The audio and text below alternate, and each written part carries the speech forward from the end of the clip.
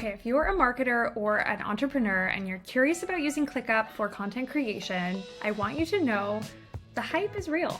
That's why on this week's tips, I'm taking you behind the scenes to show you me actually creating content directly in ClickUp. Because I know for myself, like reading about something or hearing about something is a lot different than actually seeing it done in real time. So I've just turned my screen recording on and I'm going to walk you through step by step what I'm doing and how I'm using it.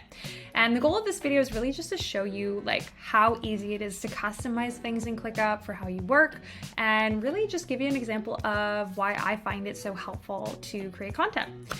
If you like this video, subscribe because I'm sharing more tips like this every single week. So without further ado, let's get into it. So in my social content list, I'm using views to mirror the phases of content creation.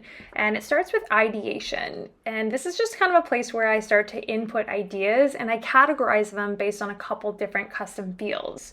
So I've got post goal, content pillar, and content status.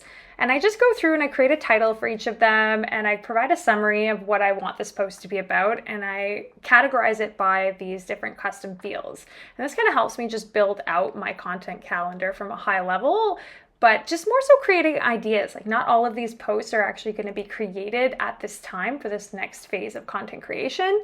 So I'm just going through, and at this point I've decided I want to change how I'm grouping my content from the content status to the content pillar, because I'm really focusing on creating the why content instead of the how. So I wanted to kind of look at it in that different way.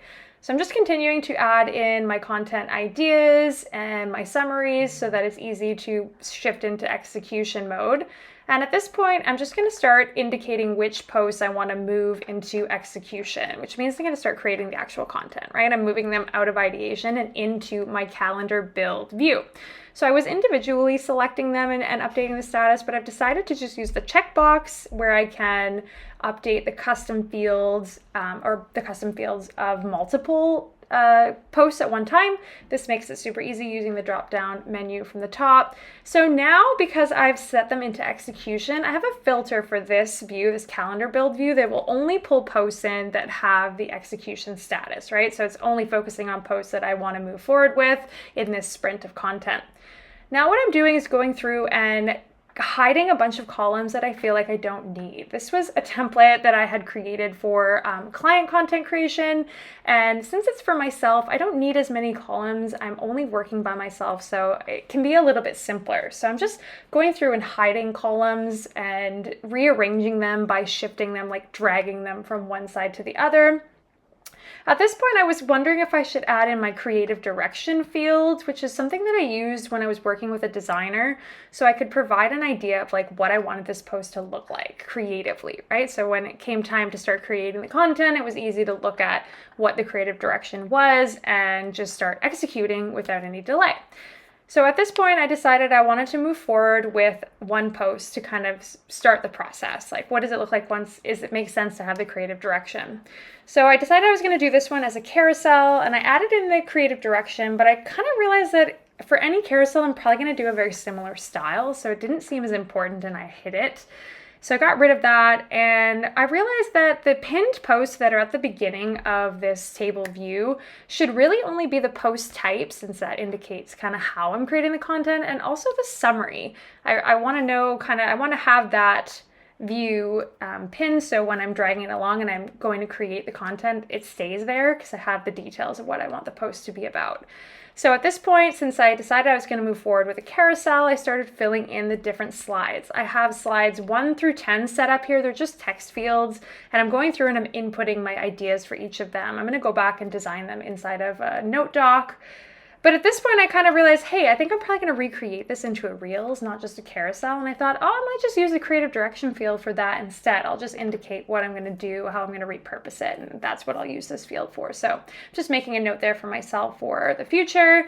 And at this point, this piece of content is basically almost done. I thought about using this final post status. This is something I was using for clients and for pushing things into review, but I decided that since, again, it's just me working on this, I don't need it, and I'm just gonna hide it, get rid of it, and keep it simple. And then I looked at the hashtag column and I thought, you know what, this probably belongs in the scheduling view, which I don't need to do this yet. It's something I'm gonna do as I'm scheduling, so I hid that as well. Now at this point I've switched gears and I've moved into Canva and I've designed the creative. So now I'm actually just going to attach them into this finished creative column. I did it in 2 different batches because I did one in a notebook, and so I needed to add in an additional file, which the column wouldn't expand any further, so I had to go into the task and actually attach the other creative that way.